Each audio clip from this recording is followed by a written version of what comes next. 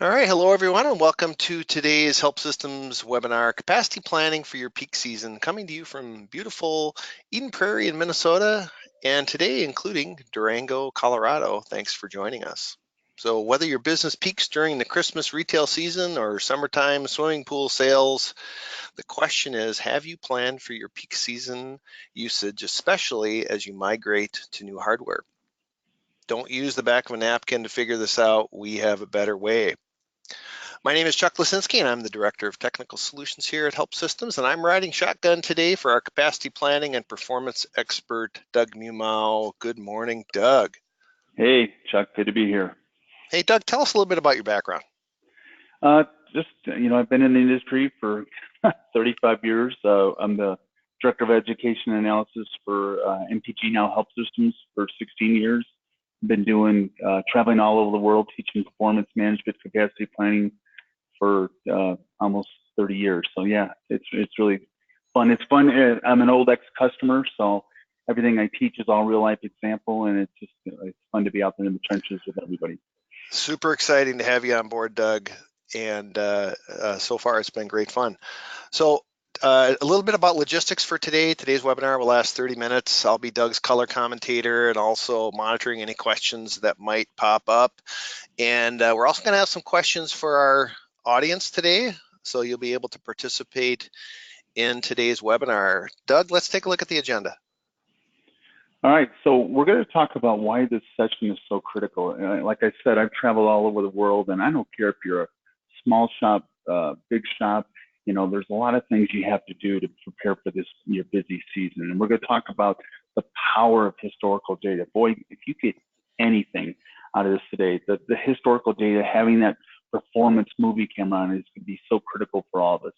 And once you start, seeing your performance movie, we'll talk about peak days and baseline data and historical trends. And the bottom line, why we're here, we're going to talk about the methodology for success, how to make sure when we're doing capacity planning for our busy seasons that we're okay. And then we'll talk about at the end our holiday readiness service.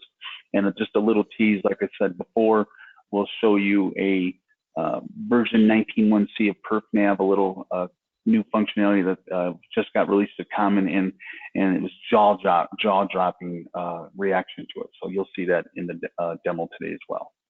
Awesome, thanks, Doug. Yeah, so let's start out with a polling question. Where do you struggle with capacity planning? We're going to let you guys choose where you struggle and to share that with us, and we'll share with all of our attendees. So do you struggle with, what is a peak performance day? How do you know that? A lot of people struggle with interpreting performance information, cost justification. You're in a multi-LPAR or partition environment and visualizing all that data.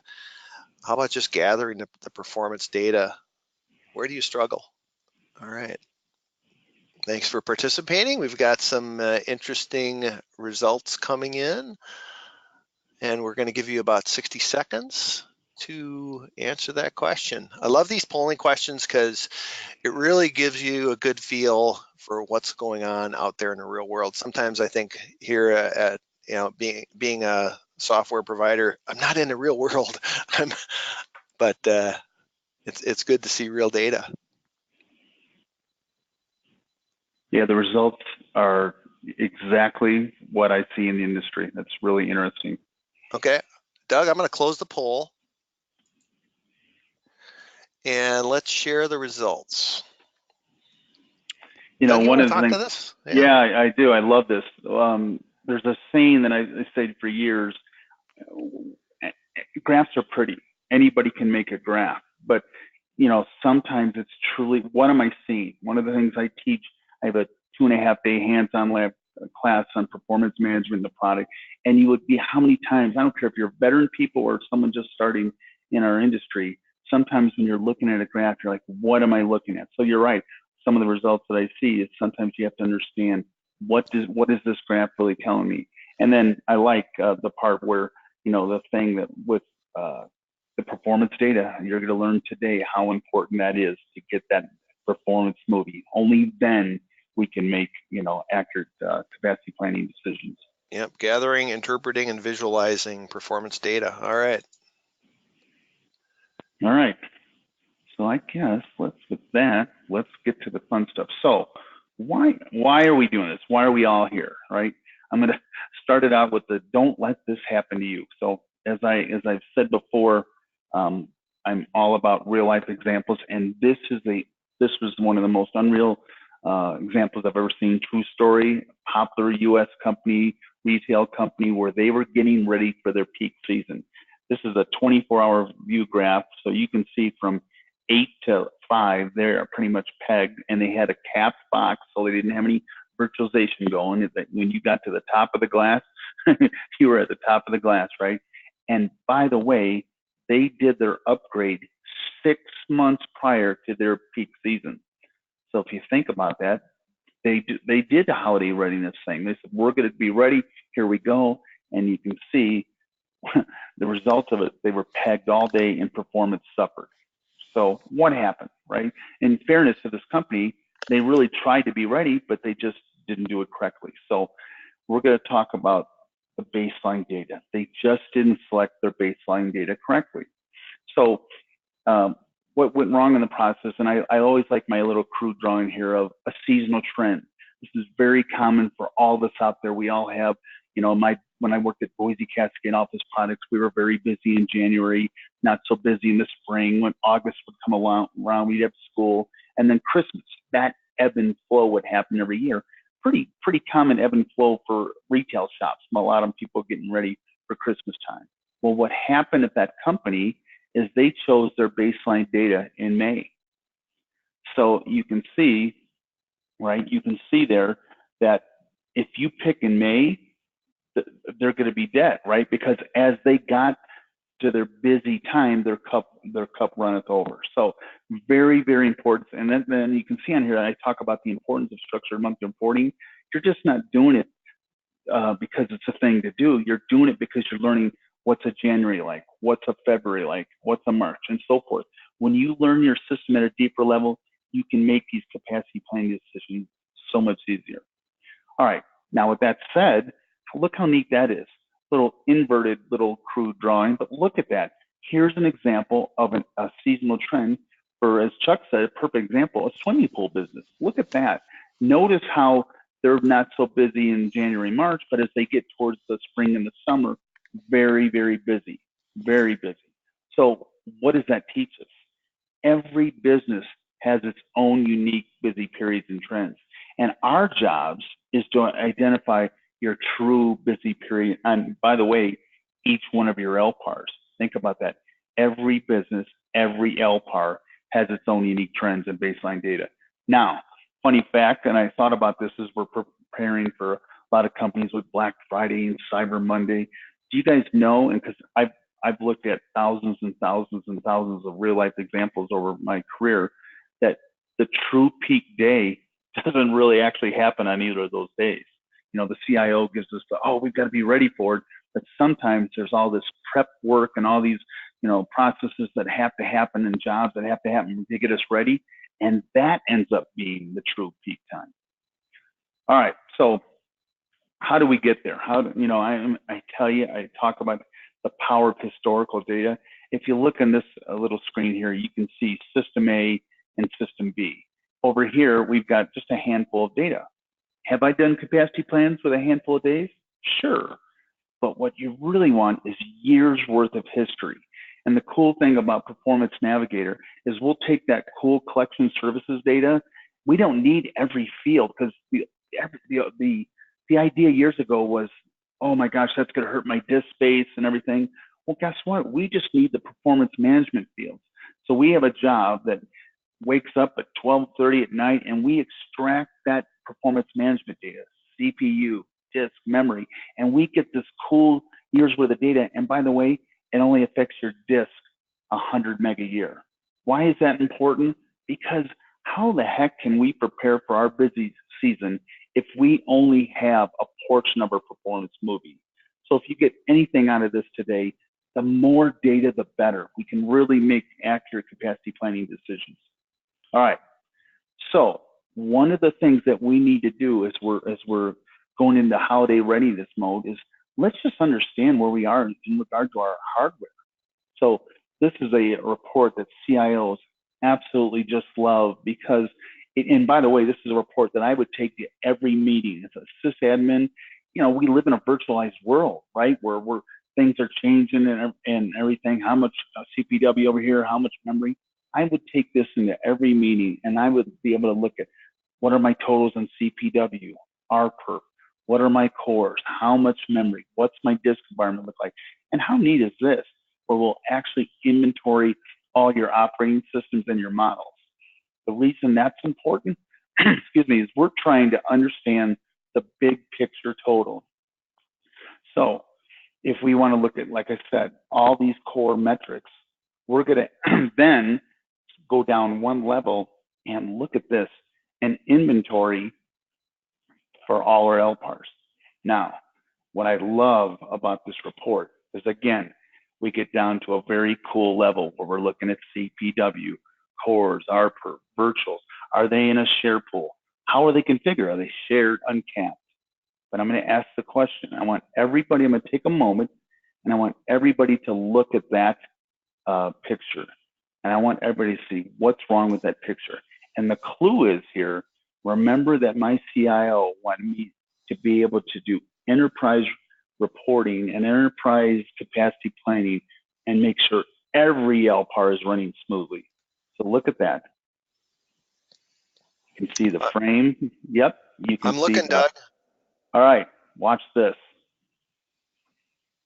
So here's an example, and this is very common that we get capacity planning requests all over the world where people will send us in data and look how the LPAR is missing. We don't have the full picture. On this frame, we don't have LPAR 2. On this frame, no LPAR 2. On this frame, LPAR 3. So if you think about a virtualized world where we're stealing resources from this LPAR and going over here, how the heck can we do accurate capacity planning if we don't have the full picture? So one of the things I would say right off the bat, excuse me, is make sure that when you look at your data, people will say, oh, I don't need to look at my dev box, or I don't need to look at my file server. You do, because everything is on that frame. And when you have virtualization and things moving all over the place, you need to look at the big picture. So that very, very important thing. Okay, so once you understand your hardware, now we can look at it from a performance standpoint. If we're going to get ready for our busy season, I always ask the question, how am I performing today? Am I peaked today or pegged, or am I okay? Do I have room for growth? So here's a great example where we look at the frame view, and again, CIOs love this report because it's one-stop shopping. But here you can see we're looking at CPU and disk response time, and then we're going to look at memory, and we're going to answer the question, how am I performing today? So what I like about this, averages are good. If you're in and you can see it, so there's a guideline in this. If you're in the green for your averages, that's great. If you peak once in a while in the red, but when you start to get averages in the red, then you got an issue. So just be cognizant when you're looking at performance data and you're understanding what you see. An average might be okay that, or maybe we got up to the peak one time, at 4 o'clock. But if you're peaked all day for 80, intervals, or, and 288 intervals, if you're doing 5-minute collections, that's a bad thing. So just be cognizant when you're looking at your performance. But the bottom line, how am I performing today? All right, so what have we done so far? I think you've heard me be passionate about the historical data. It's the key. We're going to learn our systems at a deeper level. We're going to look at our hardware configurations and just make sure we understand every aspect of every LPAR. And then we're going to look at performance to say, okay, before I go into readiness mode and put my capacity planning cap on, how are we today? So now that we have this cool data, what do we do? So what I like to say is, when you're the baseline data, when you're selecting your peak day, it's the most important step, right? We learned in our first example, and we'll talk about it here in a second, they failed on that note. So I always ask the question, is my true peak day represented in this data? So I talk about a customer once that I was doing a capacity planning for, teaching a class, and he says, "Oh, that day wasn't a peak day because our application teams has this anomaly that happens every week." And I said, "It happens every week?" "Oh, it happens every week." And I said, "Is it going to be fixed before we go to our new power box?" He says, "No." I said, "Well, you know what? That's not an anomaly, right? We have to be ready for that kind of situation." So we'll go to our first example to show how easy it is. We know that retail customer missed the methodology because they picked a day in May. If they would have simply took the peak day in January when they were busy, they would have been okay when they went live in December. That's why I talked about the methodology. The starting point is getting the right peak day. And by the way, don't panic if you don't have a whole movie of performance data yet. If you've got data where you've only got 600,000 transactions, we can artificially grow our workload to say, okay, I know I'm going to have 1.2 million transactions in my peak time. We can go in Performance Navigator and look at that. How cool is that? Then we can say, okay, I may not be there and have the full performance movie right now, but I can get there just by artificially growing my workload. Very, very powerful. I've done it so many sites, and you know what? Knock on wood, I've never had a crit set because we got our baseline data right. All right, so peak day methodology, and everybody's going to go, "There's a peak day methodology?" You betcha there is.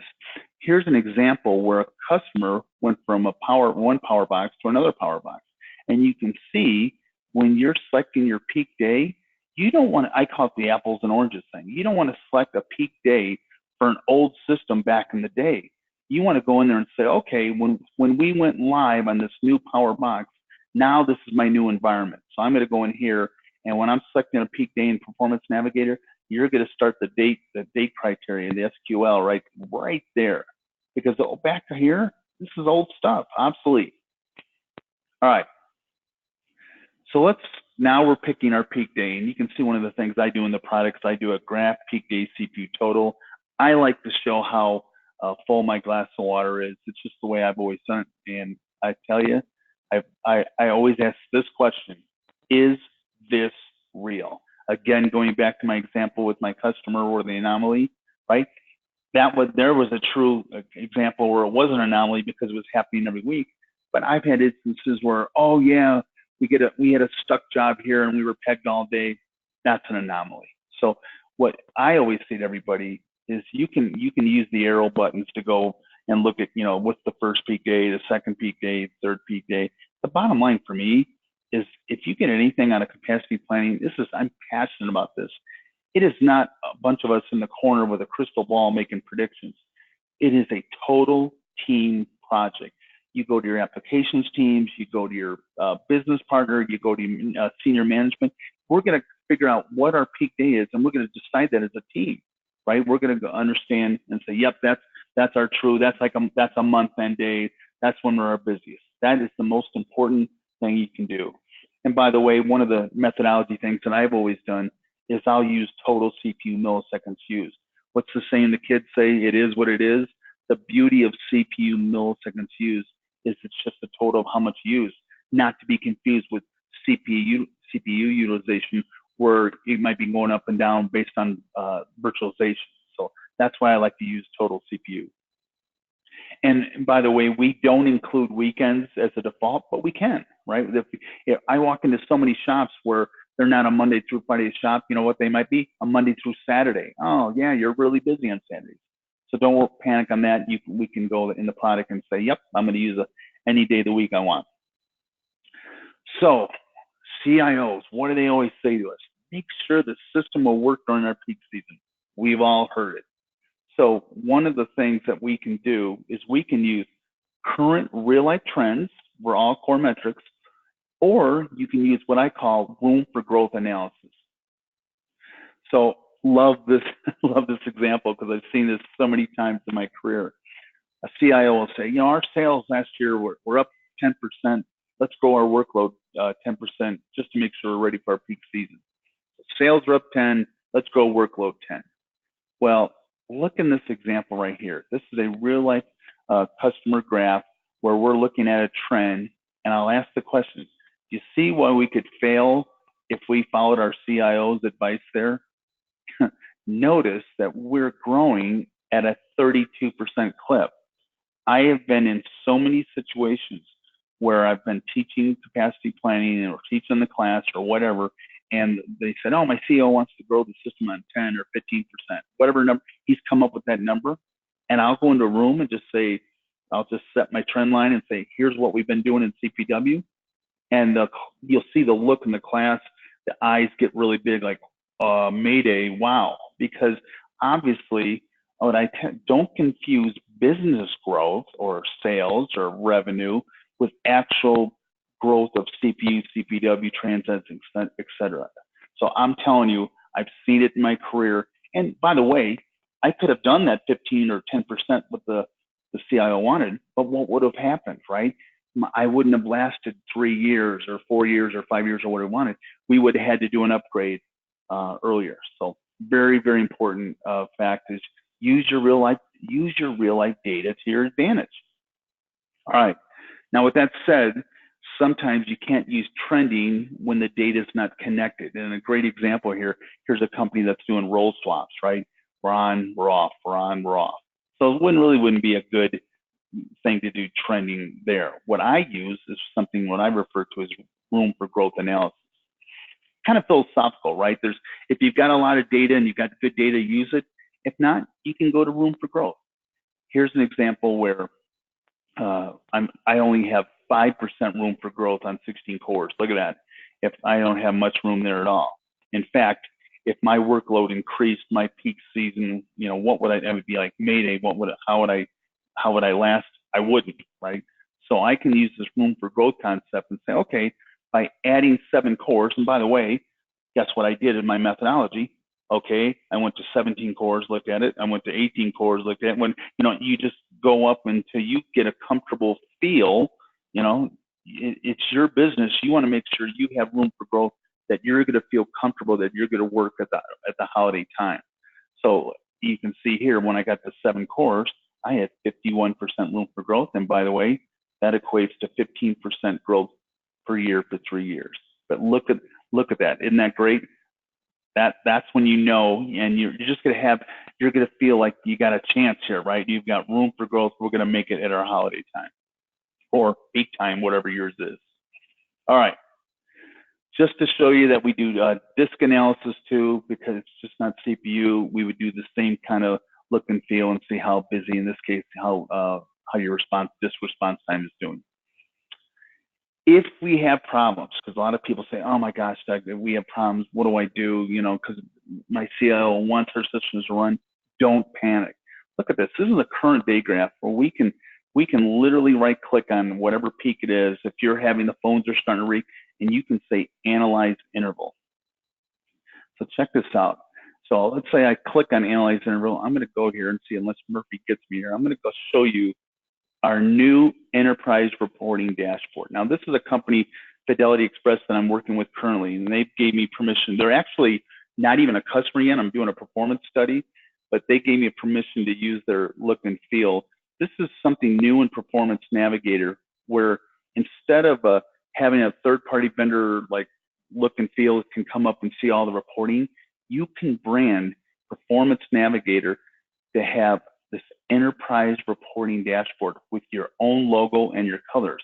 This is what we just released at Common, and again, it was jaw-dropping, the reaction, because in that example where I ran my analyze interval, watch what I can do. Oh, I can just click on my frame, click on my LPAR, and then look at this. I can go, oh, what happened with problem determination? Huh, no kidding.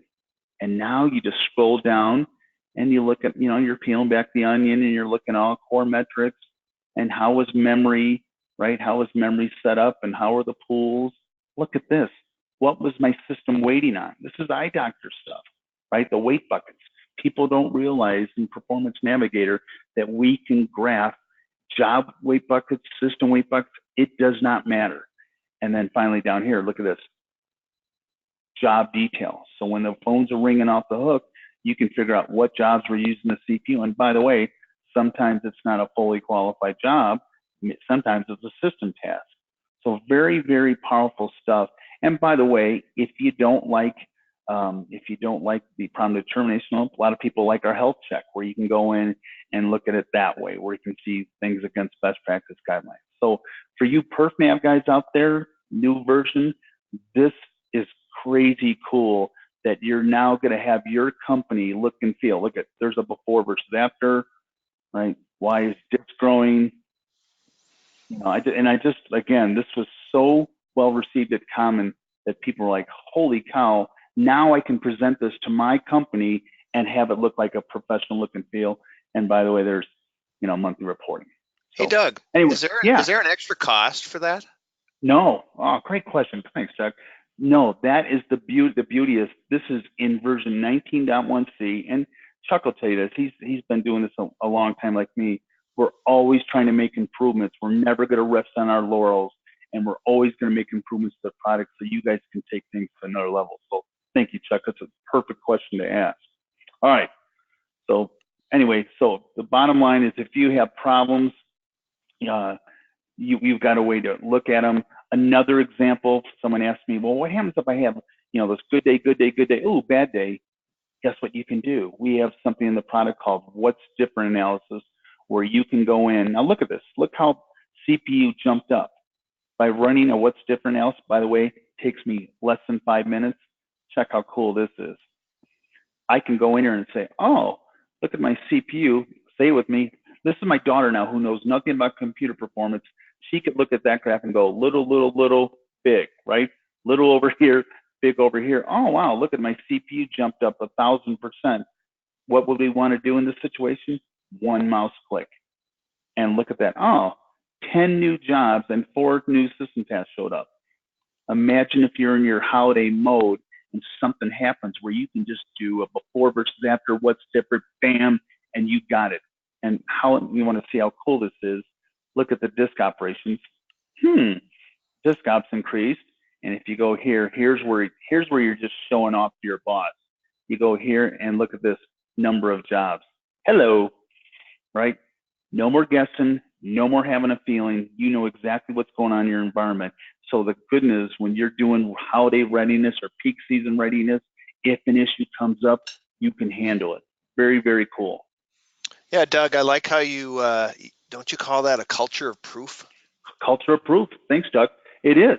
We're all blamed. We are all blamed for that. And I'm telling you, you got to create that culture of proof so you can really prove what's going on. All right. Exactly. All right. So why help systems? Just to wrap up here, this holiday readiness, we're going to be able to do this for you. If you don't feel comfortable doing it, we can do it for you. We've done 10,000 plus capacity plants in over 20 years, and Randy Watson says it perfectly. You guys all knew Randy from doing, at MPG, never once had a crit sit because that proven methodology works. And what you're going to get in the report is just a very cool, total enterprise performance hardware view. We're going to measure all core metrics, and we're going to give you an observation recommendation summary for your desired in virtuals. And something I'll say as I'm going out the door here, another pair of eyes is healthy. I used to get real bothered. Oh, my CIO wanted an expert to look at it, and I was an expert. But I'll tell you what, having someone else look at your data actually taught me things that I never knew. So with that said, Chuck, I'll let you do the next polling question. Yeah, so if there are any questions, please go ahead and send those in to us. I'm going to launch a polling question. The question is, how can we help you? Select all that apply. And one question that we got, and we really only have time for maybe 1 or 2 questions. And the question that kind of sticks out is, are we seeing a lot of Power 9 upgrades? Doug, what do you see? I know. No, I would say, yeah, absolutely. And I've also had the question of, gosh, is it a CPU thing? Is it an external, disk thing? And it's a loaded question, right? What do we learn today? Everybody's environment is different. There are people that have CPU issues. There are people that have memory issues, and there are people that have, disk response issues. So, yep, definitely we're doing a lot of Power 9 upgrades, and the performance is all over the place depending on their applications and their workload. Yeah, and I'd imagine too, and this has come out in a number of conversations that I've had with customers is what are they doing? What are they doing in terms of drive type, SSDs? What's their memory configuration look like? How many cores? All that applies.